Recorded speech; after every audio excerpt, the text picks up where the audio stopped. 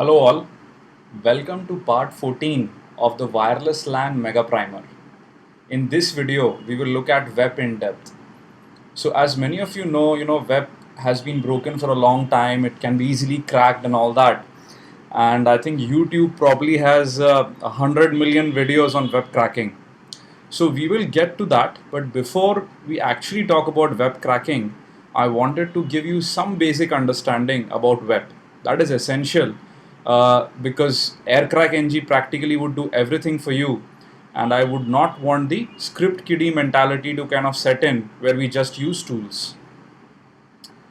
So little bit of basics about WEP. This was the first encryption schema used with Wi-Fi networks, and unfortunately it was flawed from the get-go.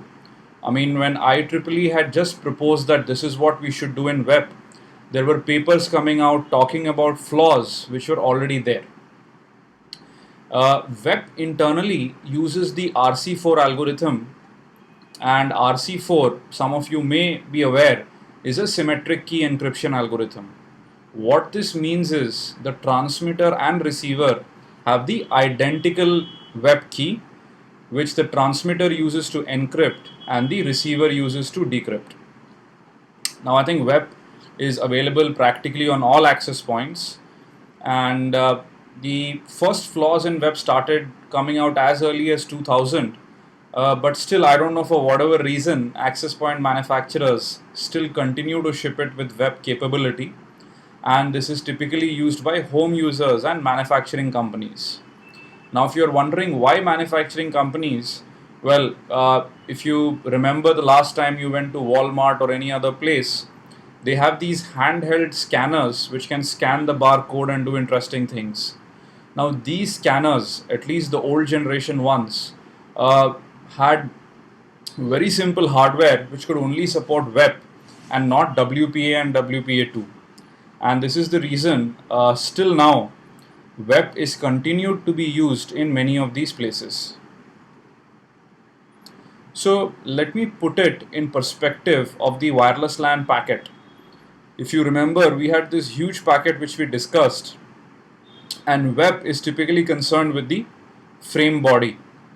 So actually the entire data which needs to be sent, if we want to encrypt it with WEP, would get encrypted, and there would be three parts to it. The first is something called the initialization vector. We'll come to this in a moment. The second part is the actual data along with something called the ICV, which is an integrity check, and this actually uses the CRC32 algorithm. We'll come to all of this in a minute. And the data and the ICV are encrypted. The IV, or the initialization vector, is not encrypted. It is prepended with the data and ICV, and all these three together actually are put inside the frame body. Now let's come to the initialization vector and understand about it a little bit more in detail. The initialization vector header field consists of two parts. One is the actual initialization vector data, which is 3 bytes in length, and then you have 1 byte consisting of 6 bytes of padding and 2 bits of key ID.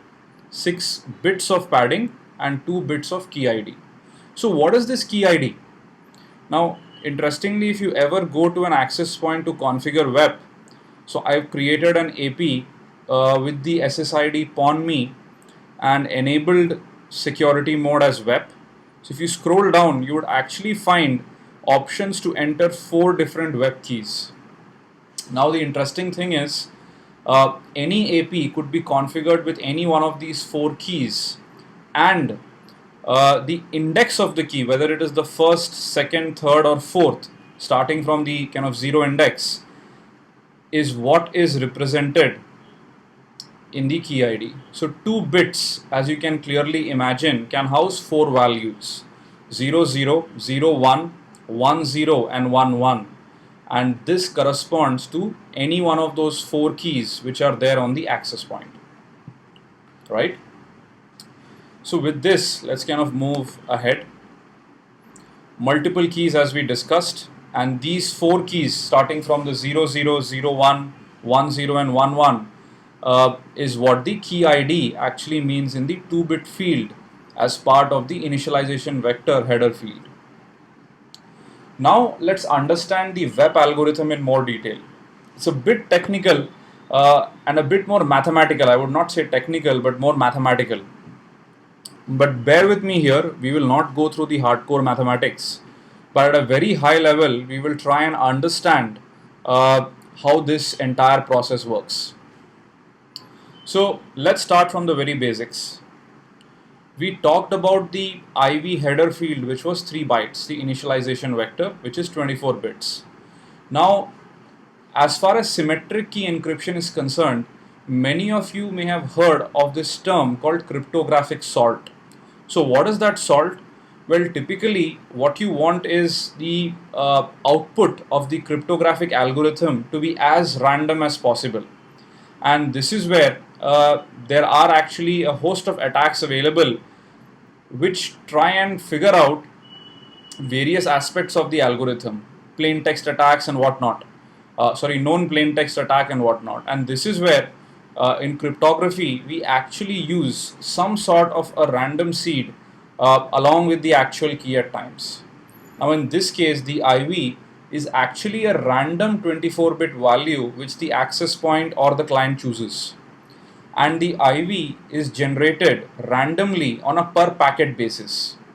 So right now let's consider that we are sending packet 1, and what we do is the access point generates an IV of size 24 bits absolutely randomly, ideally.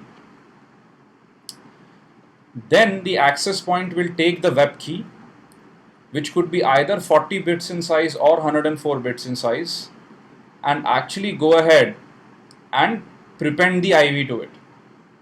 So if you notice, this together is actually going to be either 64-bit or 128-bit.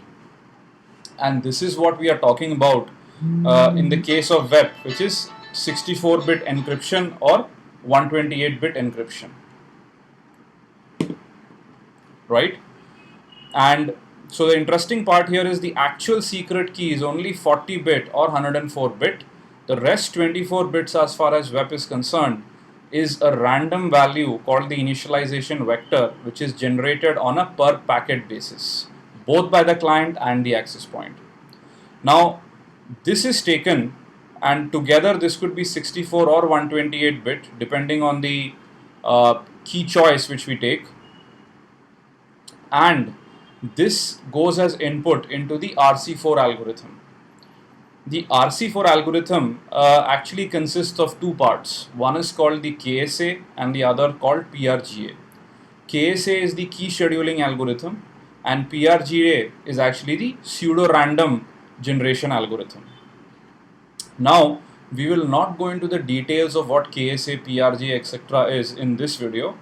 For people who are interested, I have covered RC4, KSA, PRGA all in an in-depth fashion in these 3 videos, where the first and second actually talk about RC4 and how to apply it in a C program, in the sense the whole algorithm, how to program it in C, and the third video is actually to create an encryption decryption software based on RC4.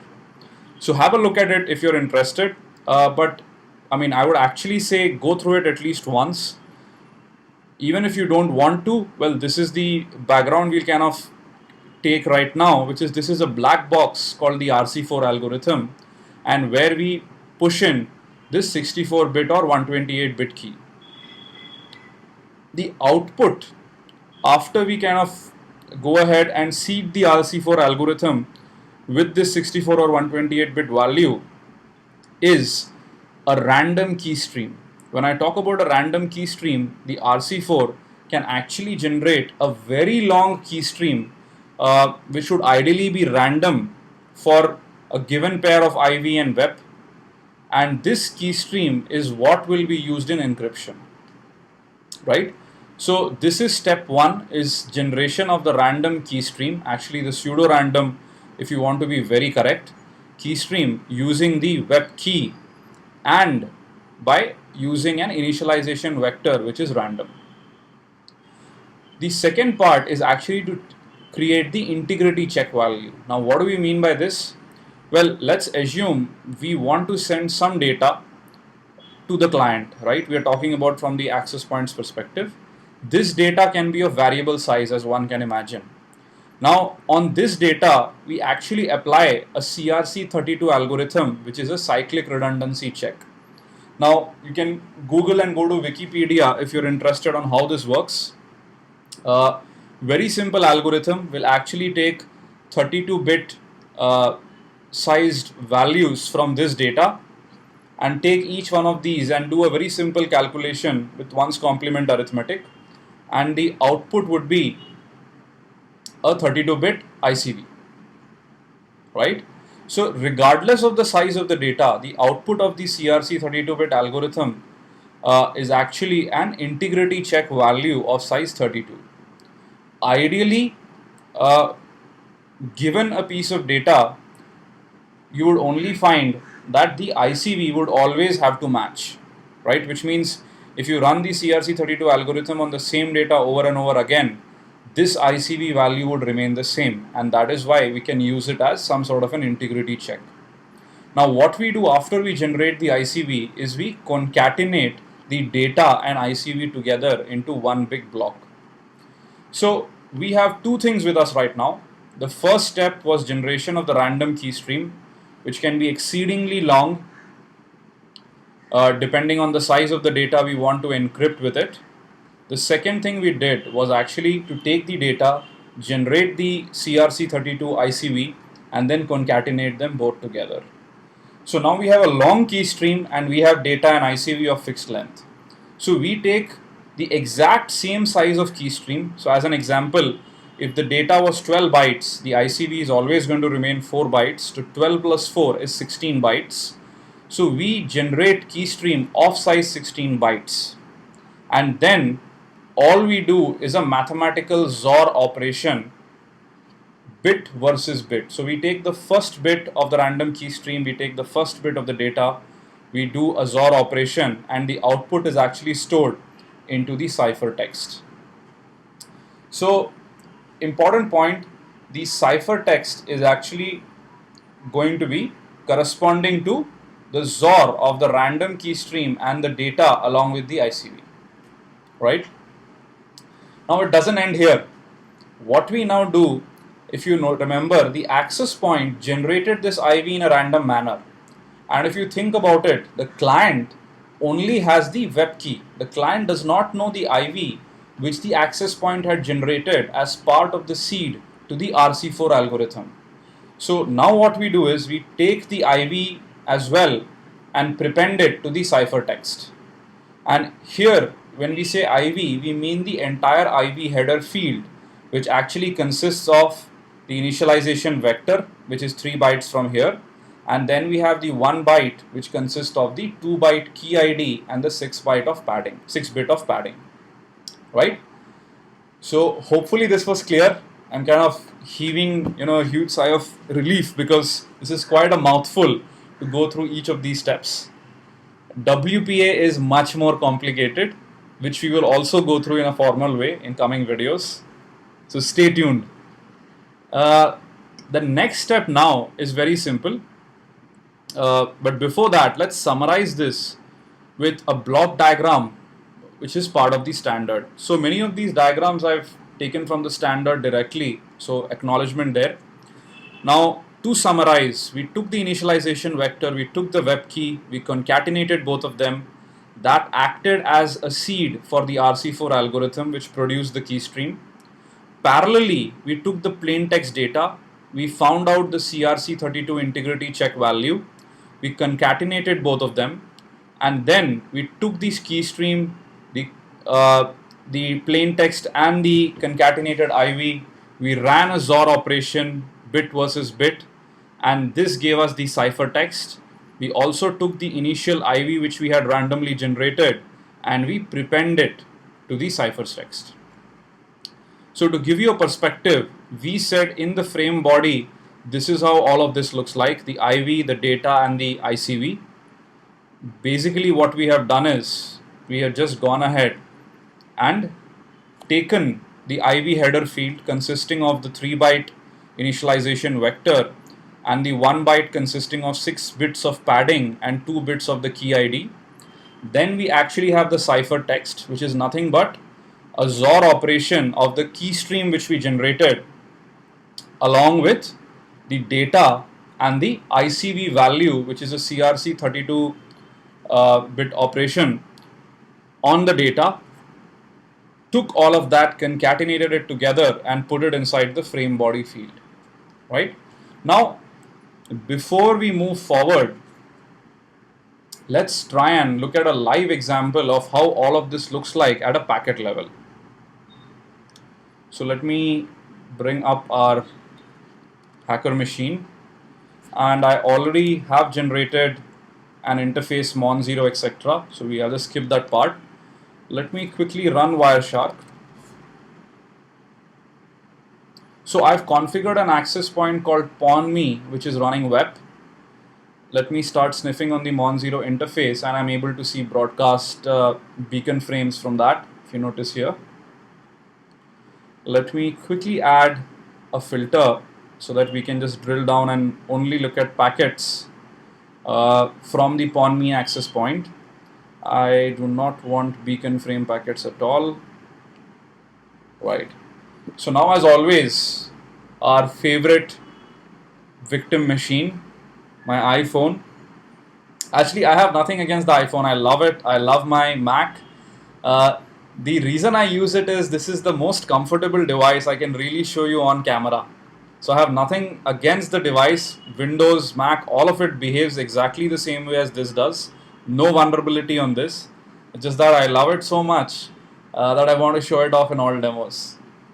So free publicity for Apple. Maybe I should ask for a sponsorship. So I go into the settings, and what we are going to do right now is start the actual sniffing. And here's what we'll do. We'll switch on the Wi-Fi.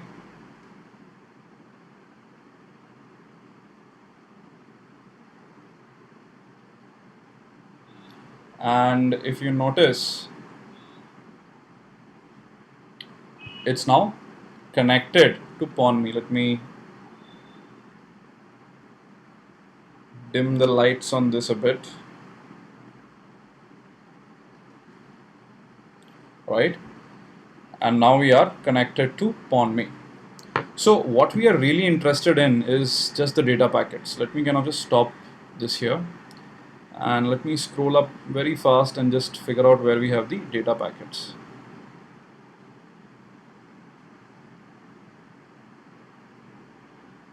Right, so here are the data packets. All we are interested in is these data packets. So let me quickly go on top just to show you how the interaction has kind of happened.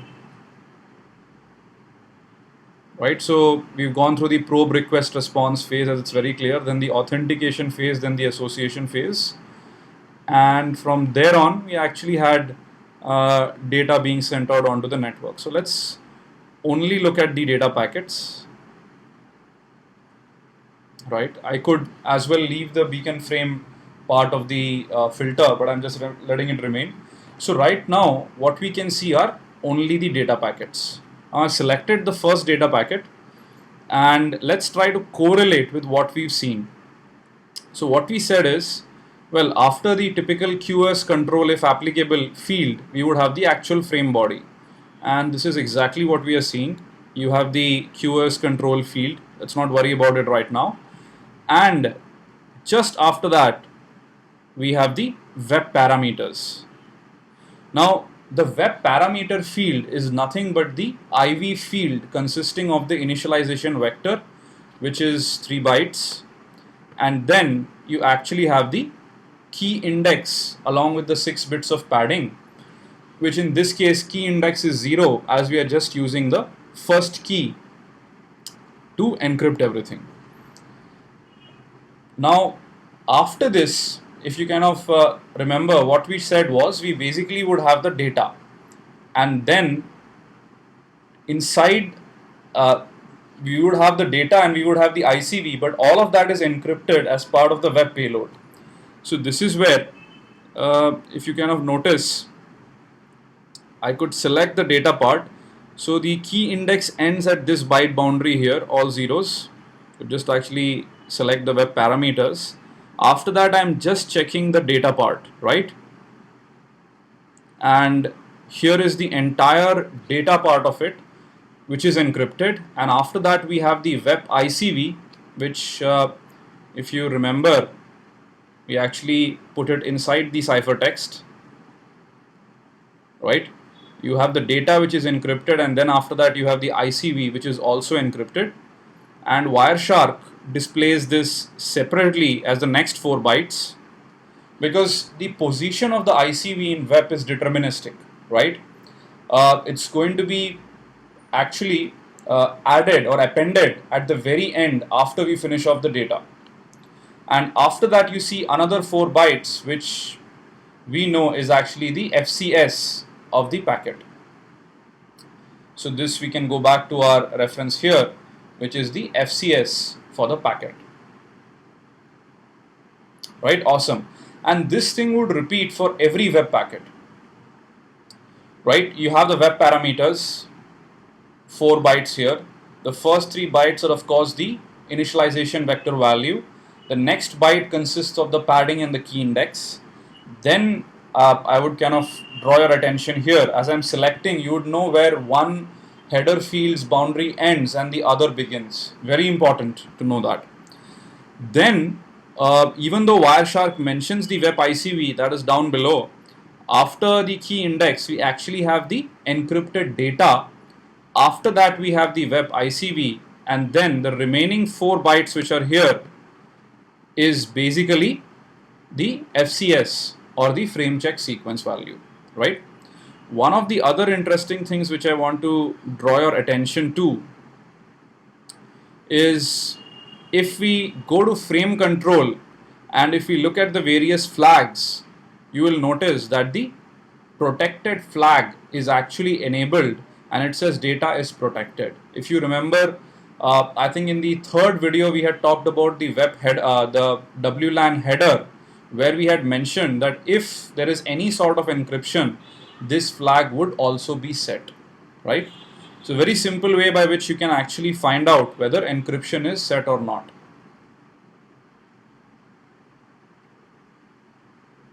So this is about how a web packet gets encrypted and is sent over the network.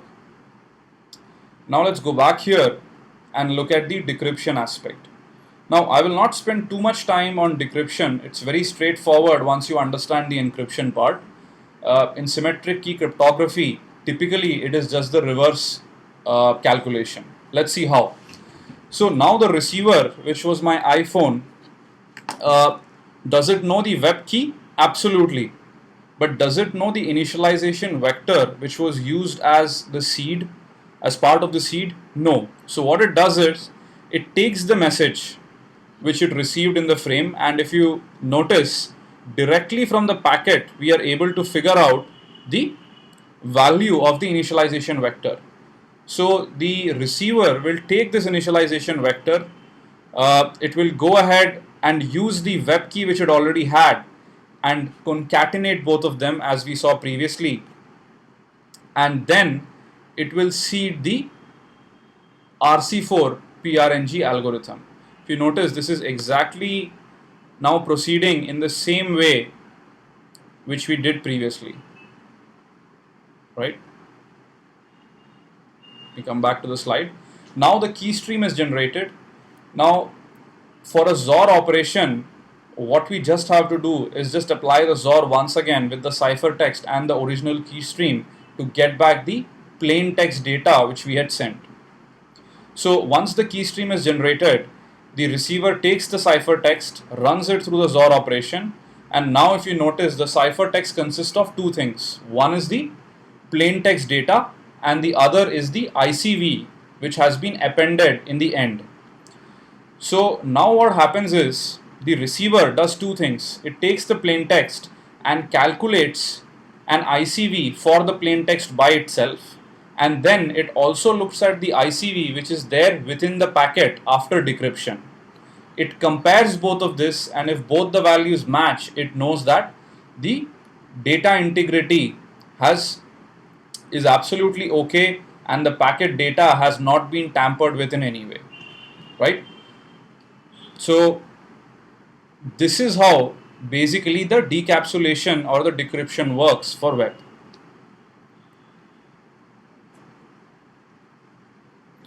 Now, how do we decrypt web packets? So if you know the key, well, how would you know the key? Either legitimate way, you own the access point, you fed the key, or you can crack it. Of course, for networks, you have permission for, or you could actually go ahead and, these are the two ways by which you could know the key. For decrypting web, you could use Wireshark, or you could use a tool called AirDecapNG to get the plain text packets. Let me show you how. So let me go back to the attacker machine. And if you notice, we have all of these encrypted packets here. So how do we decrypt this in Wireshark? Before we do that, one interesting little thing which Wireshark allows us to do, if you go to statistics, there is something called WLAN traffic, and currently it will give you a summary of all the packets it has actually seen. So if you notice, this says, well, the PON.me network is all available, and this is some statistics about this network which I've currently seen. So this is like a mini arrow dump, if you may, right? And it gives you a good idea about what is there in the air. Anyway, now coming back, how do you decrypt these packets if you know the web key? Go to Preferences, click on Protocols and expand, scroll down and find IEEE 802.11, and if you notice here, it actually says, well, enter the web key if you know it. So the web key for currently is ABCDEF, ABCD, right? And after that, you have to enable decryption in order to decrypt it. So once you enable decryption, you can just click on apply, and what you would find right now, you can click OK, is all the encrypted packets have been decrypted. Awesome. So now we see that, well, on this packet the web parameters, everything is applicable, but we are also able to look at what is there inside the packet, right? And we are able to decrypt all the packets. So we can actually see the iPhone is sending out the DHCP requests, and it gets tired. I guess it goes ahead and then sends a couple of ARP requests, ICMP, IGMP, and all of that. Anyway, what I wanted to really point out here is how we can decrypt packets using Wireshark if you know the web key, right? Now, the other technique is also something which we can do. Let's just go ahead and remove the decryption. So one of the interesting things which I wanted to point out is you can actually mention multiple keys here, and Wireshark will try all of these keys. Actually, I think they allow 64 keys. Yeah, 64 keys, right? So now no decryption. Let's kind of remove the decryption. Apply, click OK. The other way to decrypt all of these packets is first to save them. So let me actually say File, Save As, and what we'll say is what we are only interested in is the displayed packets to be saved, right? Because you applied all the filters and everything. And let's say this is WEP Encrypted, and let's just quickly save it. So if we go back here, I think this should be saved in the root directory. So we have WEP Encrypted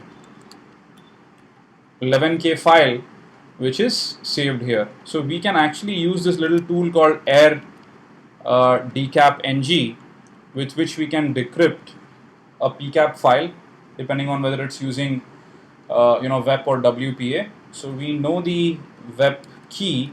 So let's write down the hex value of the WEP key, ABCDEF, ABCD, not a great key to set anyway, but to be honest, why should we use WEP at all? That I should even worry about what key I am using. Even if I create the most random key, in the next video you will notice it's just very trivial to crack it. Anyway, now I give it the encrypted PCAP file, and it says, well, 53 packets read, total web data packets were 43, and total decrypted packets are 43. Here we go. Here is the web decrypted packets. We can quickly launch Wireshark and give it an input so that it just opens this up. And if you notice, we have the decrypted packets. Awesome, right? So this is how once you crack the web key, you can actually decrypt all previous packets which you had captured, right?